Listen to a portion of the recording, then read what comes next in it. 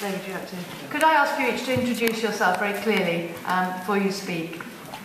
My name is David Jockelson. I'm a rather junior person, but I'm a solicitor. The unpopular brand, we've just been told this afternoon.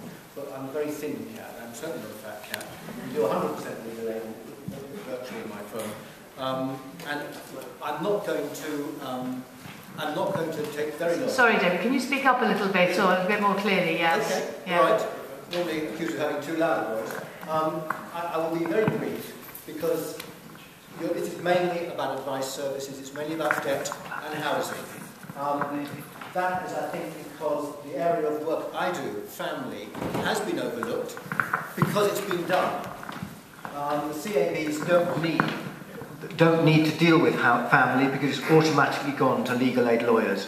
As soon as legal aid lawyers no longer take family cases, which will happen very, very soon, the whole situation will be transformed and will become visible, and people will be attending the MP surgeries not with carrier bags full of greasy papers and out-of-date bills, but they'll be pitching up with 2 kids saying, what are you going to do about my children?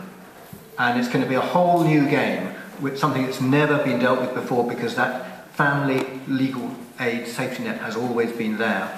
And very soon, if a husband does not return the children after a contact visit and says, well, I'm keeping the kids, what's the mother supposed to do? Go along to the local county court themselves?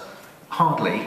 The sort of clients that I deal with who I get legal aid are the very sort of people who don't even speak English particularly well, certainly can't manage paperwork, and those children will be just abandoned.